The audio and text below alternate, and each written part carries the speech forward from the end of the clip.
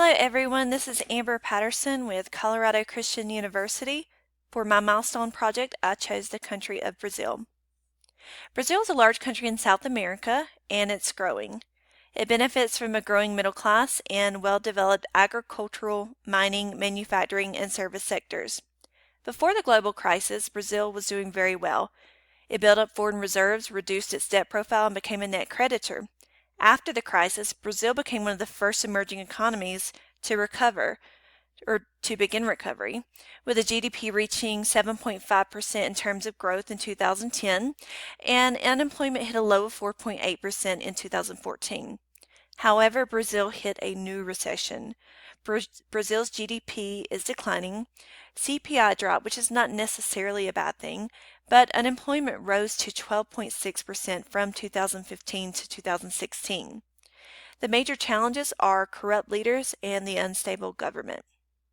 The picture you see here is the previous president of Brazil. I say previous because she was impeached. Dilma lied about the budget, and she spent extravagantly on higher pensions and unproductive tax breaks. Before Brazil became a democracy, it was under military control, and before that, dictator rulership. 1989 was actually the first year where the Brazilian people were able to choose a president. Brazil's current government is a federal presidential republic, and it consists of 26 states and the federal district. Like the United States, Brazil has a central bank whose primary objective is the purchasing power stability of the currency and soundness of the financial system. It shares a role as regulator with the Brazilian Securities Commission and has a monetary policy committee that's responsible for monetary policies. Brazil's market is moderately free, with a high emphasis on the exportation of goods. However, there are other challenges. Brazil and Uruguay are presently in a boundary dispute. The smuggling of firearms and narcotics is an ongoing issue, and Brazil is actually the second largest consumer of cocaine in the world. In addition to that, as I've mentioned, there's government corruption. Two issues affecting business: one is regulatory, one is tax system. Regulatory, the hazards include outdated labor regulations that emasculate employment growth. Brazil's unemployment costs are remarkably high, which obstruct business development and job creation, and bureaucracy in Brazil's infrastructure is an issue.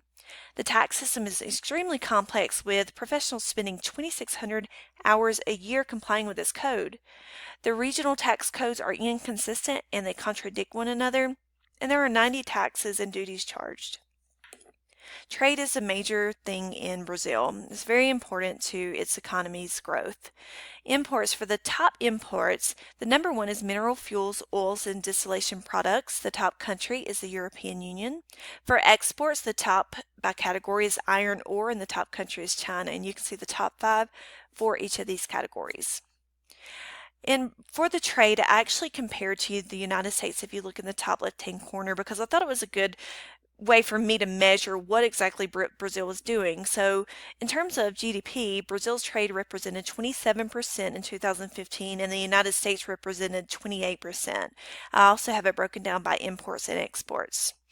Mercosur is the negotiator for Argentina, Brazil, Paraguay, and Uruguay. However, Brazil is discussing bilateral free trade deals on its own, but then again, the European nation is negotiating a trade agreement on behalf of Mercosur right now, so we'll see how that turns out. The trade balance for Brazil was positive in 2014 with 124 million net exports, but just for some perspective, in 1995, Brazil had a negative trade balance of 14.26 billion. In my opinion, the causes of poverty and lack of economic development revolve around problems in leadership, drug use, the uneducated and illiterate, and the issues with starting and running a business. Economic policies and recommendations that I would encourage immigration of highly skilled workers. That has worked for Brazil in the past, and it can continue to benefit the system. I would improve education, because right now, although Brazil mandates children go to school, they don't enforce it. So a bunch of kids in the rural areas have to stop school just to work to help feed the family. I would reduce the tax burden and eliminate the complex tax system, and of course replace it. I would lessen burdens related to entrepreneurial activity. I would improve access to care, and I believe fiscal policy is important to gain back the trust of the Brazilian people, and I also favor monetary policy. As you see in the picture below, people are even saying to the Brazilian government, we do not need a World Cup. We need money for hospitals and education. Brazil needs to listen to its people.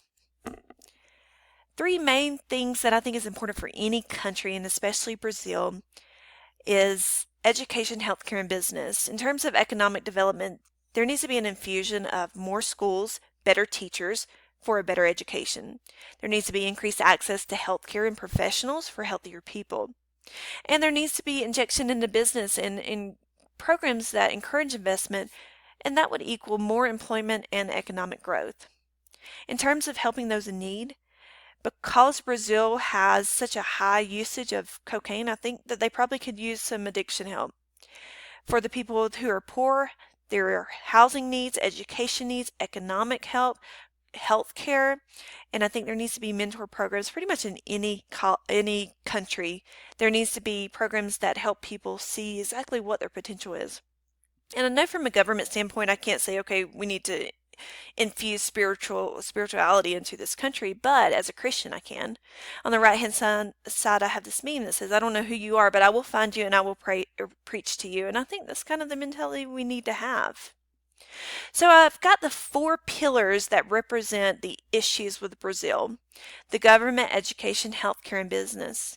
Brazil's economic deficiencies are rooted in one of these areas, and to improve or sustain economic growth, regulatory changes and attitude changes have to take place in these areas. Finally, 1 Corinthians 3:11 says, for no one can lay any foundation other than the one already laid, which is Jesus Christ. And if you look below the 4 pillars, I have the foundation as spirituality. In conclusion, Matthew 6:33 says, but seek first his kingdom and his righteousness, and all these things will be given to you as well. That's just something that we can all go to and that we can keep in mind as we are trying to see how we need to improve growth within the country, within our personal lives, or wherever it needs to be. I like this comparison because I think it's amazing that God literally knit us in our mother's wombs, and he has a plan for each person. So likewise, he would also have a plan for the nations that house these people. Our jobs are to participate in the execution of God's plans. Brazil has fought hard to become a part of the global economy and has been subject to global issues. In order to survive internal issues and global economy crisis that historically repeat itself, Brazil has to strengthen where it is weak. Brazil's strengths include trade and its historical economic growth. However, Brazil has taken some hard hits with government corruption and with its outdated infrastructure that discourages business and perpetuates poverty. Brazil must be diligent about correcting these issues or continue the vicious cycle.